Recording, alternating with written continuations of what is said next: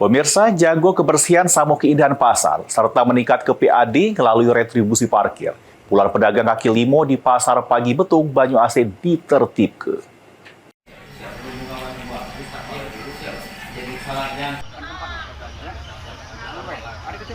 Dinas Koperasi, Perindustrian, dan Perdagangan Kabupaten Banyuasin nertibke puluhan penjajo kaki limo yang guna ke lahan parkir sebagai lapak bejajo.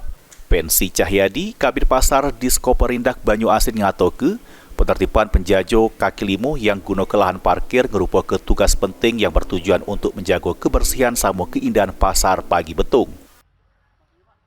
Terima kasih. Saya jelaskan sedikit. Untuk penertiban hari ini kita melibatkan dari Satpol PP, ada beberapa tim, kemudian dari Kaptimnas, Babinsa, terus dari Babinsa, terus dari pihak kami sendiri dari pasar. Adapun tujuan untuk penertiban ini kita untuk menyelesaikan administrasi kita, terutama administrasi untuk retribusi, kemudian juga untuk keindahan dan kenyamanan pasar sendiri.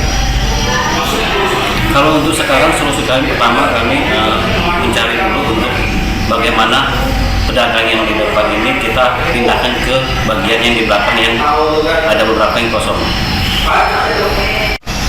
Ya, kami juga berharap para pedagang yang sudah keluar dari jalur lolos kios dan pedagang kita di sini, kami berharap untuk pedagang untuk mentaati peraturan yang sudah berlaku di Kabupaten Banyuasin, terutama di lingkungan Pasar Betung.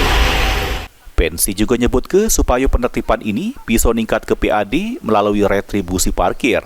Pensi Cahyadi menghimbau supaya para penjajo punya kesadaran yang tinggi untuk tidak berjajo di lapak yang tidak diizinkan, serta bakal nyari ke tempat untuk para penjajo supaya bisa nyari duit. Ridho Ilahi, PAL TV.